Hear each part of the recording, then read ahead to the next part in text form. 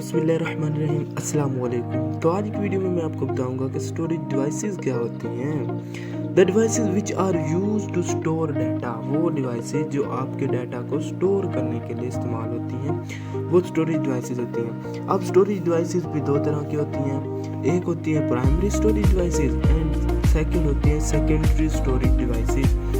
Primary storage devices वो devices जो आपके डाटा को टेम्परेरी तौर पर स्टोर करें, वो आपकी कहलाती हैं प्राइमरी स्टोरेज डिवाइसेस।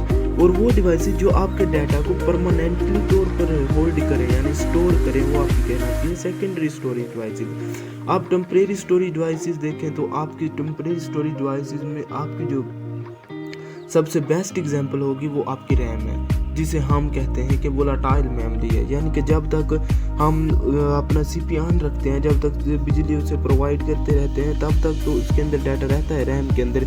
जैसे ही हम अपने सिस्टम को शट डाउन करते हैं, उसमें से जो डाटा ख़त्म हो जाता है, इसलिए उसे कहा जाता है कि वो वोलाटाइल मेमोरी है और वो जो है प्राइमरी मेमोरी है। अब अगर आप सेकेंडरी डिवाइस की एग्जांपल देखें तो इसकी जो एक गुड एग्जांपल होगी वो आपकी लैपटॉप के अंदर लगी आपकी एसएसडी या हार्ड डिस्क है, जो आपके डाटा को परमानेंटली तौर पर स्टोर कर रही होती है।